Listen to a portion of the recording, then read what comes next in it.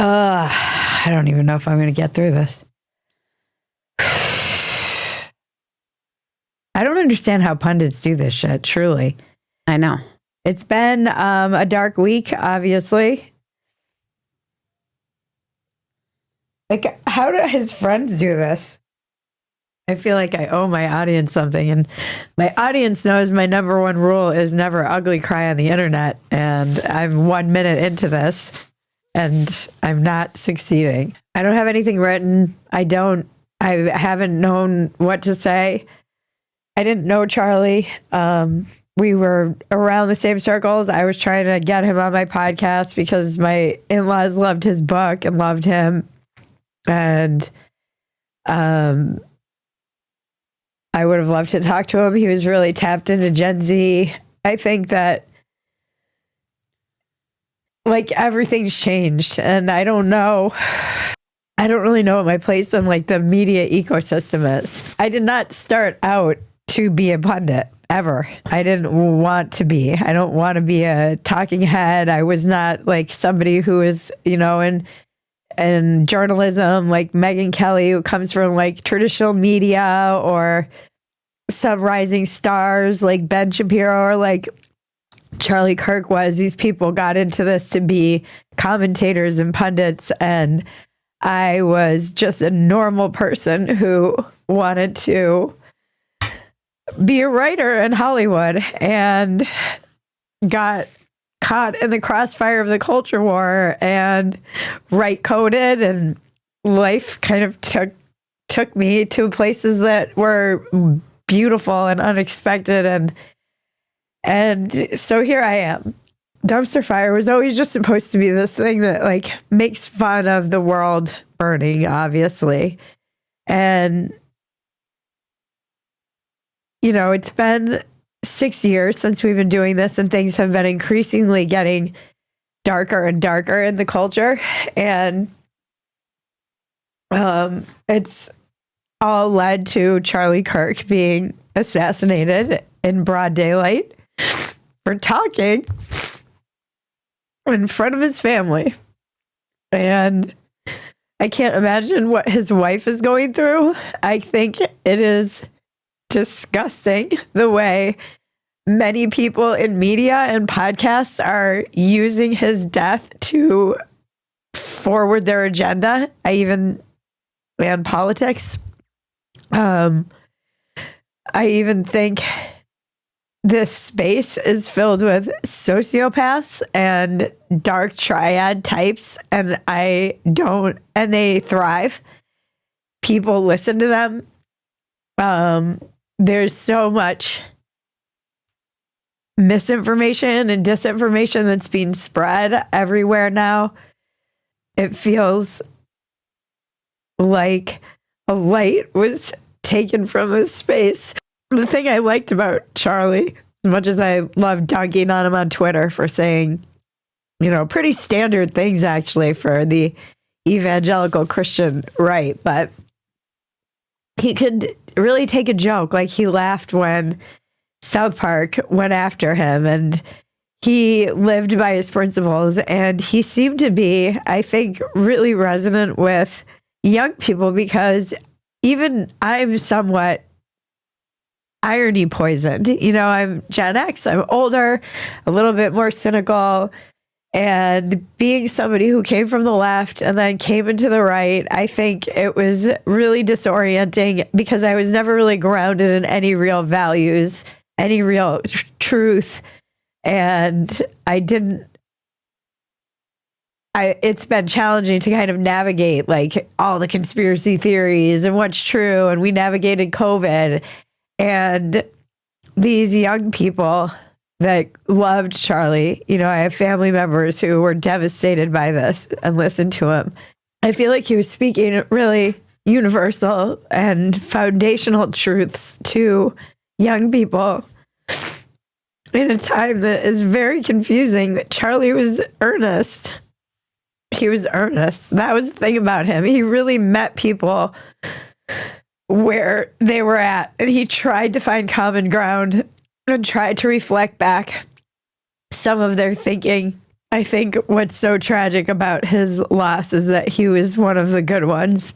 And he was doing exactly what you should do, which is like going into these places and challenging people to defend their thinking and to analyze their thinking. And he was somebody who was killed because of truly like a mischaracterization of who he was. So many of the quotes that people thought he was have been taken out of context. Or, by the way, even if he is the worst version of what people painted him as, he still didn't deserve to die for that.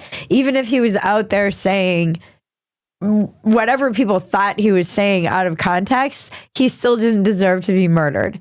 And I will say that about the people on the left who are saying things like globalize the intifada, which actually means pretty much murder all the Jews, or something equally as insane. And nobody deserves to die for their words. That's just not how free speech works at all. And this person was like the guy. He was the guy who was out there living this ideal. And he also was someone who is deeply religious and grounded in that faith. And I think in a time when all of these kids are feeling confused because they have all of these podcasters out there and they're fucking nut jobs, like truly nut jobs, grounded in conspiracy and darkness, and not, or even in my space, which is why I'm not sure really where to go from here, where we make fun of everything and it's like, haha, everything's kind of funny and ironic, and we have this like coping mechanism of being able comedy and distancing ourselves from anything really serious using irony and satire. I think these are important things, but he was not that. He was grounded in something deeper, and he talked about meaning and purpose, and really just was like, go get married, have a family, find meaning in kids, build something. Very just, these are basic kind of like truths for all time. And he was honestly, like, there are lots of people in the right wing space, and Charlie, I think, was one of he was the good one. Now everybody's like jockeying for his audience and it is so gross. The guy hasn't even been buried yet, and people are disparaging him and shitting on his legacy by trying to put words in his mouth or say that he said things that he'll never be able to defend. And I don't know. I don't know if I belong in this space. This is what his death has made me realize. I never really felt like I belonged in it because I got caught in it. I just wanted to have like conversations with interesting people, which I will still continue to do. And Dumpster Fire was just kind of a release valve, and maybe it's just too close. Maybe it's like, it hasn't even been a week. I don't know how these people get out there like night of, day of, and are just like back to being pundits. It's like crazy to me, but I guess that's I'm barely like getting through this. And again, I didn't even know him. And then there's been the response, which has been equally disturbing from the left. Many in the left, not everybody I know, a lot of people on the left are disturbed and outraged and horrified. So I'm not going to put everybody in that bucket. But I will say there was a lot of people that were saying really hideous and outrageous and openly cheering for this young 31-year-old man's murder. This is like a genocidal mentality that I am very concerned about is infecting our whole body politic. And the problem with political violence is that it becomes like mimetic. People start imitating. Everybody gets everybody else riled up. And yet people are already trying to like butt the right this. This man was literally shot down. And people like Senator Chris, I think it's a senator, Chris Murphy, he was like, there's a dark forces are rising. No shit, dude. You think there was literally somebody? How many shootings did we just go through from activists? Like, the Democrats have a political violence problem. We can say that with assuredness. We don't need to couch it, and we don't need to try and butt the right it. I think it's pretty clear after George Floyd died. There were riots. There's violence all over America. After Charlie died, there's been vigils. You cannot compare these things. They're not the same. In recovery, there's this expression, pause when agitated or doubtful. And I am agitated. There's a part of me I think of what these people celebrated and they took from this family. And it goes like right from the rage in my belly, and I can physically feel it shoot up into my heart and then just get stuck there. Like it doesn't have an expression. I don't know where it should go. And it just gets stuck. And I had a family member who loved Charlie and was devastated. And he said, I can't go online because I can't see this video over and over again. This is the other thing. We all saw this live. Some chose wisely not to look at the versions of the video that I probably stupidly watched. And it's out there now forever and just in perpetuity. And it's the first time there's been a political assassination like this in the viral days. This is not something anyone has any experience with ever. It's new. There's no way to be like, avoid it. It's like the truth is right there. We all saw it with our own eyes. You can't couch it. You can't try and whitewash it. It's horrific.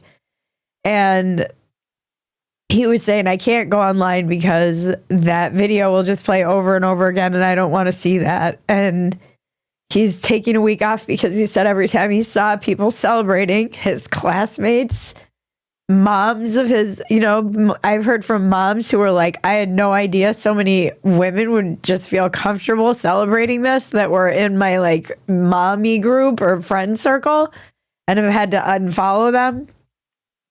So it's normies who are witnessing this around them and thinking, wow, this person might want me dead because we've all just made a caricature out. I'm sure if these people knew that their friends maybe were believing the same thing, they'd say, oh, not you, just him because he said X, Y, Z. But there's no excuse for that. And you don't even stop to consider that somebody in your circle might have pretty normie beliefs like Charlie did. These are normal evangelical beliefs and Christian beliefs. This is not something radical.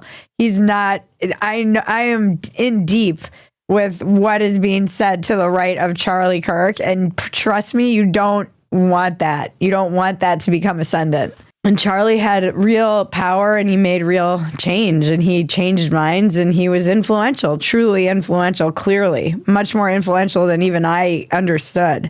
He said, I'm just going to take time offline, my family member.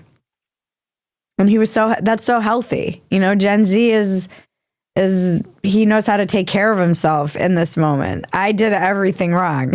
Like watched the videos, have been looking at all the things that people are saying, and he said, I don't like the way it makes me feel when I see those things that they're saying because it radicalizes you. And I'm not saying that you are wrong to feel that rage because that is everybody's feeling it. I think so many people in America, Greg Gutfeld had an amazing, just torched somebody on the 5 for both sidesing it and saying like, no, we're not doing this because there's no but the left. There is no version of too far left in this country. It is like the default ideology in our country. You can just keep going left and then everyone will go, oh, but the right. Even now we have center left classical liberals who are writing things about cancel culture. And it's like you skipped right over the part where a man was murdered and you're now worried about how the right is responding to this. Do you understand how fucking crazy that is? Like how outrageous. This is like a psychological it's Darvo. Like this is just gaslighting people. It has been crazy to watch that too. I would like to know, is there, to the classical liberals in the center left, what is the exactly correct response that the right wing is supposed to have to this? Because it seems like the answer would be none.